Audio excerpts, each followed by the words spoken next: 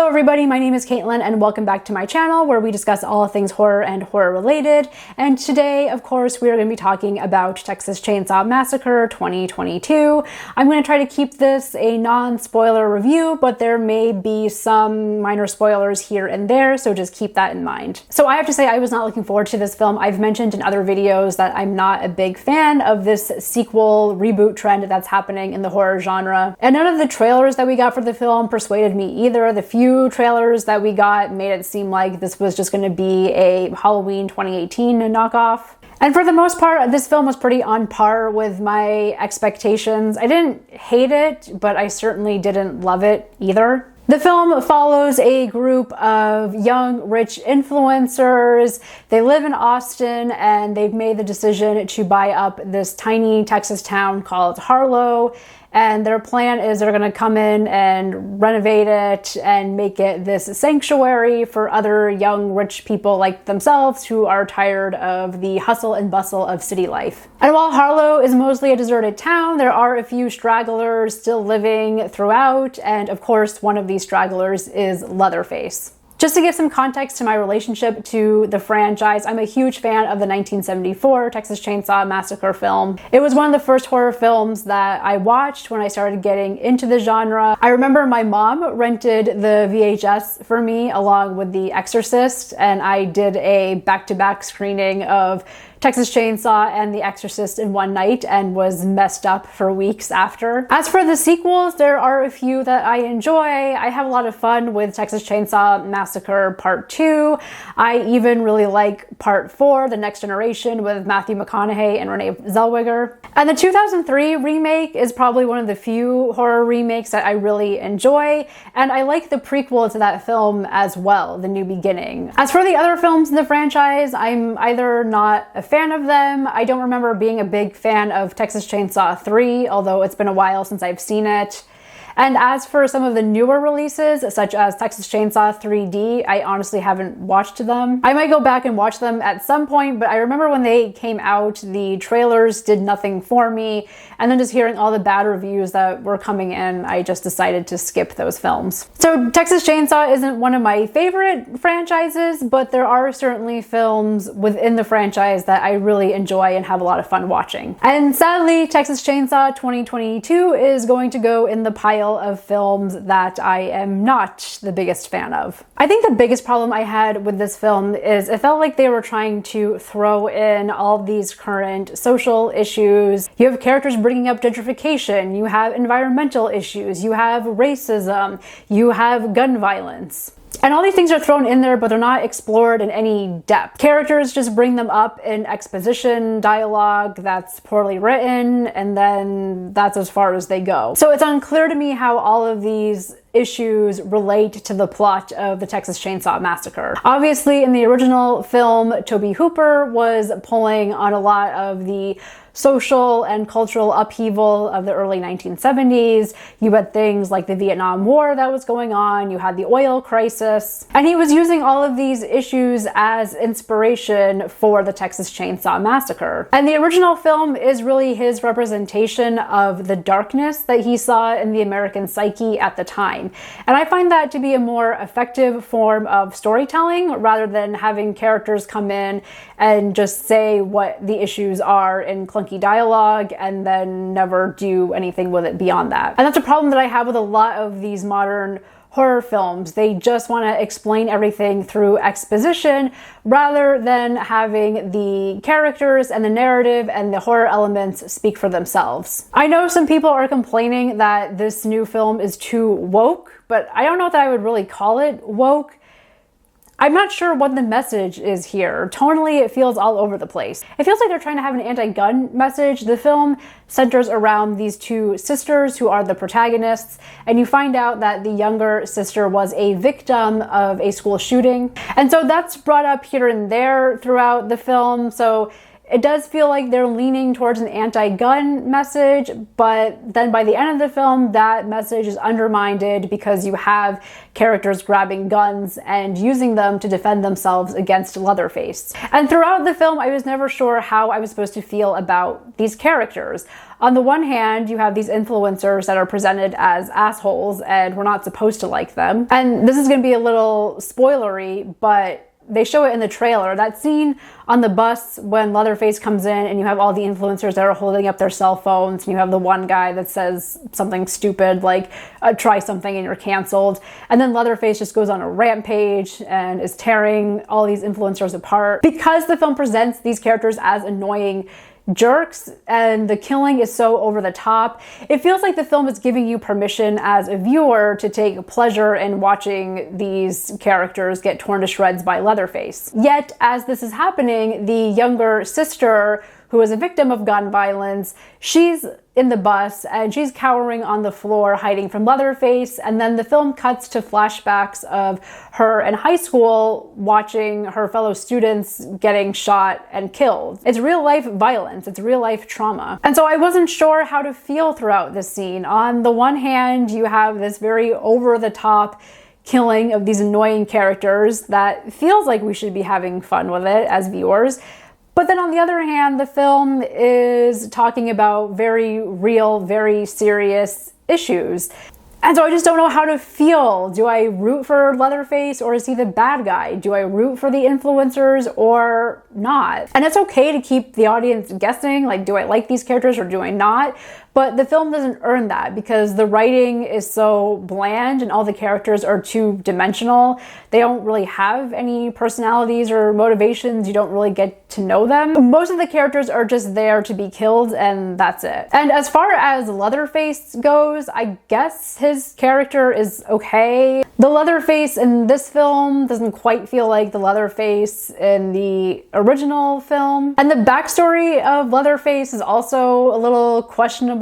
The film doesn't take the time to get into the details of what happened after the events of the 1973 film. All you learn is that a tragedy happened, one person got away, and the police were never able to find Leatherface because he was wearing a mask. I mean, all of this is happening in small Texas towns. Like, I just find it hard to believe the police would never find Leatherface, but they don't. And so I guess after the events of the first film, Leatherface ends up living in an orphanage, which I also didn't quite understand because I'm pretty sure Leatherface was a fully grown adult in the first film. So I don't know why he's hanging out in an orphanage or why no one ever questioned that. I mean, yes, I understand the character has some developmental issues, some psychological issues, but still, an orphanage? So he's in this orphanage and he's still staying there even though he's probably in his 70s, 80s at this point. And speaking of age and these sequel reboots, I really want to know what health regimen Michael Myers and Leatherface are on that gives them superhuman strength well into their 70s. Leatherface is in his 80s at this point and he's just ripping people apart with his bare hands. So he's living in this orphanage with this other woman who's been his caretaker, I guess, all of these years. The film doesn't give you much in terms of their relationship. Again, it's all very exposition. It's just very much like, yeah, he's my son. I've been taking care of him. And through the dialogue, you're just supposed to get that they have a close relationship. Again, minor spoilers, but the woman ends up dying because of these influencers coming in and trying to take over her house. And it's her death that spurs Leatherface into going on a kill crazy rampage once again. And again, I just wish the film had developed these relationships a little bit more. Why didn't Leatherface kill after the events of the 1973 film? Was this woman protecting him? What is their relationship? I don't know. The film just starts and it's like, these two characters are close. Go with it. But it doesn't show it, doesn't develop it. And speaking of underdeveloped characters, let's talk about Sally, the final girl from the first film who comes back in this 2022 film. I don't know why they brought Sally back in this film other than fan service. I mean, she really offered nothing to the plot. She did nothing. She has the exact same storyline as Laurie from Halloween 2018. She even says similar lines like Laurie does, like, I've been waiting for him for over 50 years. Her whole backstory is that after she got away from Leatherface and his family in the first film, she decided to stick around Texas for some reason and became a sheriff or something, and has been hunting Leatherface for 40 years. And again, she hasn't been able to find him because he was wearing a mask. Again, this small Texas town, I feel like it would be really easy to find Leatherface. He's a pretty identifiable character. I also just have a hard time believing that this character that fought for her life and catapulted herself out of a window, not once, but twice, to escape these crazed cannibal family, would just stick around after that and just be like, yeah, I'm gonna make it my life's mission to hunt this guy down. And Halloween, I guess it makes sense because Laurie was living in Haddonfield at the time that Michael Myers attacked her and her friends. But for Sally in the Texas Chainsaw Massacre, like, she didn't even live in that area. She was just visiting. And it's like, why would you want to stay there after going through something like that? So Sally's character made no sense. Again, I don't know why she was there. She was pretty useless throughout most of it. To give the film some credit, I will say I was happy to see that she was not the main protagonist of the film. I was really worried that this film was going to rely on her completely. But yeah, it just really breaks my heart to see these new horror films taking the original Final Girls and just reducing them to these sad, two-dimensional, no motivation characters. These characters are not defined by anything but their trauma.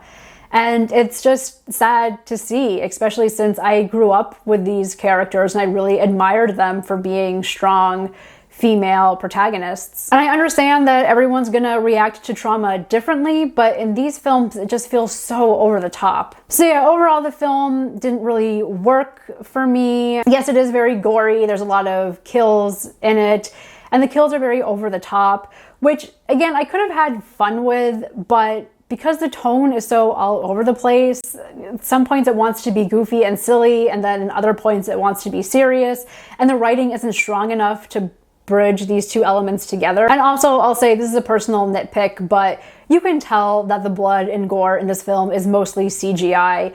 It looks fake. I'm pretty old school. I like the practical effects, or even having no blood at all. I mean, the original 1974 film has no gore. It's funny because when I hear people talk about the original Texas Chainsaw, they talk about how gory and bloody it is, but it's not. There's no blood in that film. But that's the brilliance of the original film. It makes you think you're seeing something that you're not. If this film wanted to keep the tone of the original film, I wish they would have stuck with that and not needed to rely so much on fake gore. Also, I felt like this film was too polished. The cinematography is nice, but one of the things that I love about the original Texas Chainsaw is just how gritty and dirty and sweaty it feels. There's just something so tangible and visceral about the original film that really gets under your skin. And you don't have that with this film. And yes, I understand that these new films are never going to give me the same scares and the same feelings of joy that the original films had when I first watched them. I'm seeing a lot of discourse online amongst horror fans where fans that are critical of these newer horror films are being called toxic or gatekeepers by other horror fans. And let me just say, I don't begrudge you if you like the new Texas Chainsaw movie or if you like the new Halloween movies, that's fine.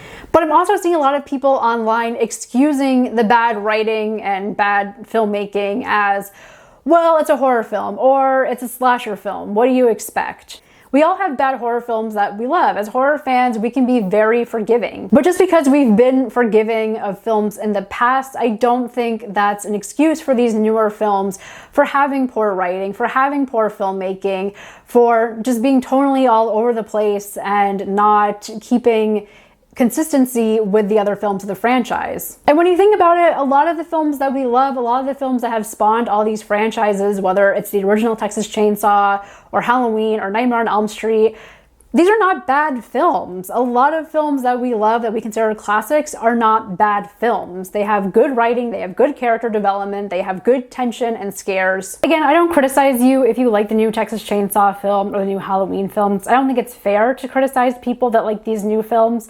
And at the same time, I also don't think it's fair to call fans who do have criticisms of these newer films toxic. So those are my thoughts on Texas Chainsaw 2022. What did you think of the film? Let me know in the comments down below, and I will talk to you next time. Thank you so much for watching.